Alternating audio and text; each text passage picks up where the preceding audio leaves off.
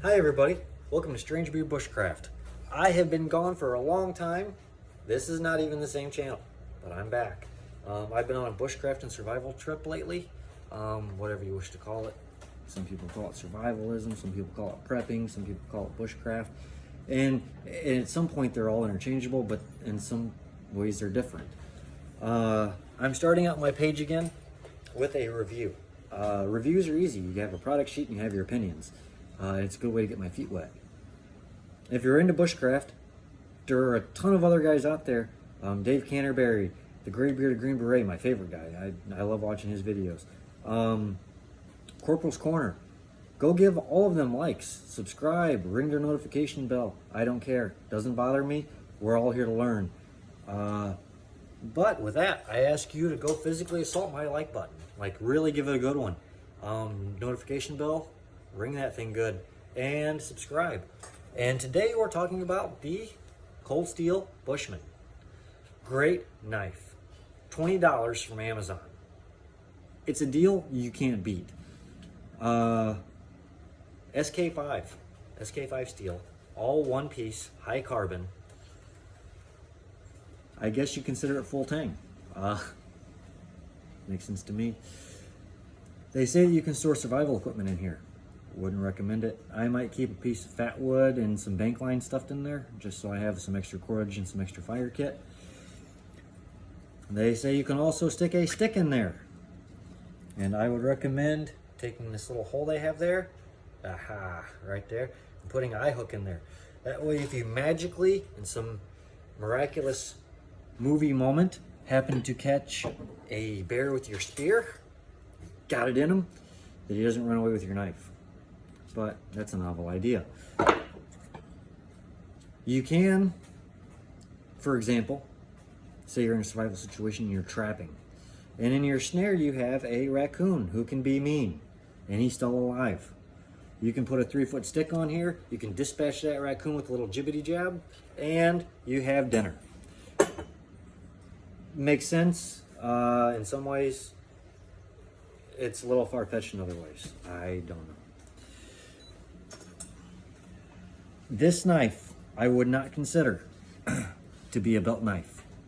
It has all the same attributes as something I would carry as a belt knife. It has a very sharp edge. I have a bunch of cut-up paper over here because I've been cutting away. And out of the box, I got this yesterday. It is paper cutting sharp. A couple little hang-ups on it. Nothing bad. It will cut paper.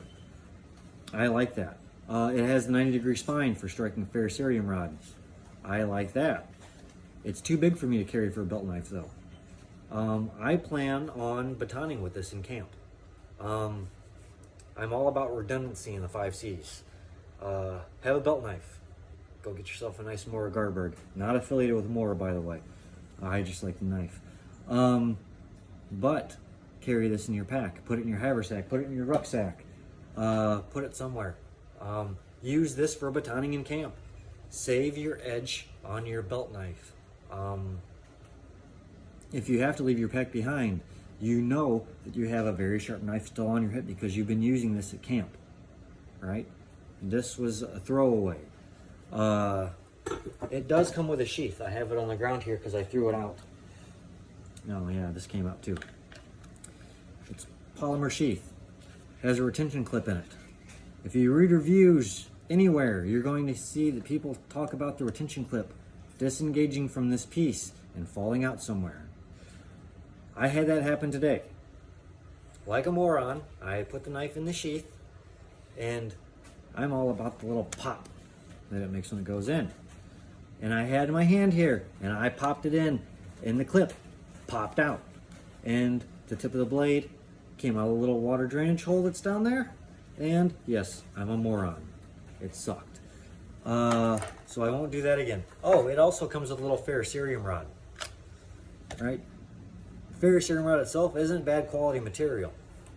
But after 3 strikes, poop. Poop, poop, poop.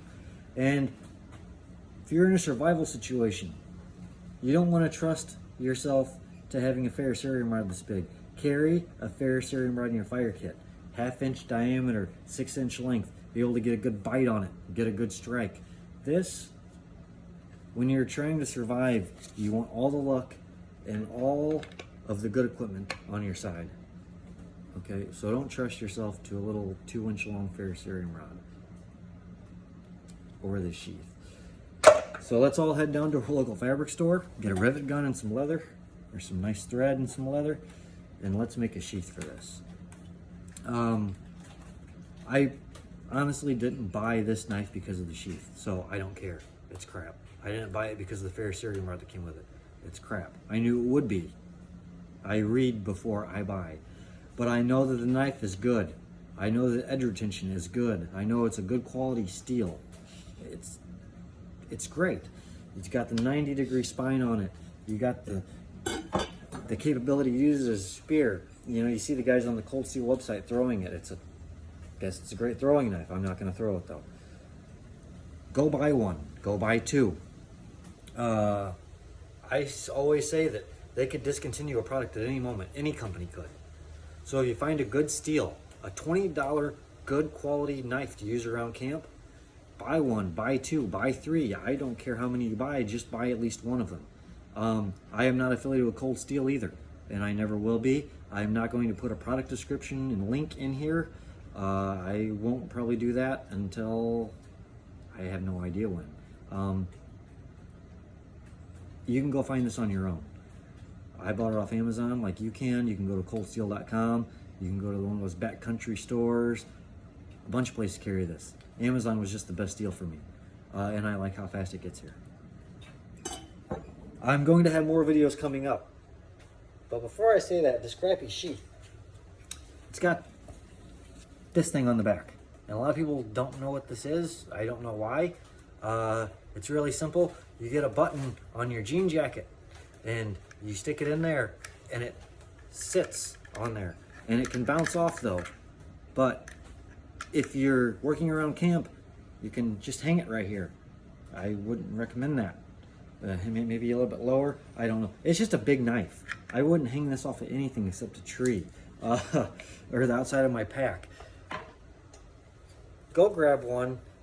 I have more videos coming. Like I said, while you're waiting for this to come, I'll be making a new video. Working on one, at least writing a script down, writing some ideas down, something. But man, I'm telling you, don't pass up this deal. So back to the videos coming. I have videos coming on the 5 C's. I know it's been beat to death, but the more perspectives you get on something, the better you can understand it, and the better you can find what works for you. I personally think that 3 of the 5 C's are extremely important, and the other 2 are only somewhat important. I have them rated in tiers. Because I think if you can use 3 of the C's to make everything else. But it's good to have all 5. But we're going to talk about that when the video comes out. I ramble on sometimes. You'll have to excuse me. You'll have to excuse this poor equipment that I'm using. Like I said, I haven't been in the YouTube thing for a long time. I don't have any equipment anymore. I'm just, I'm getting back into it. But like I said earlier, hit that like button. Like, give it a... who's that one guy? He used to fight back in the day. Chuck Liddell. Give him one of those Chuck Liddell crazy overhand rights. And make sure that like button really feels it. And you can hit the notification bell and subscribe. I don't really care. If I do get 100,000 subscribers one day and I get that little plaque, that'd be awesome. But I don't plan on it. I'm shooting for 50 or 100 right now. But yeah, we got more videos coming. We're going to cover everything from building shelters to finding food to setting up snares and traps and triggers and starting fires and all the stuff you probably already watched on other channels. I don't care. Like I said, the more perspective, the better you're going to be. So hit me there. You'll see me soon, and I'll see you soon, I hope. Leave me some criticism too. I'm telling you. I know this is my first video, and it's poop. You don't have to tell me that. I already know. But you can give me constructive criticism, not so constructive criticism. Tell me some things you want to hear about. And yeah, I'll be there and you be there too. So I'll catch you then.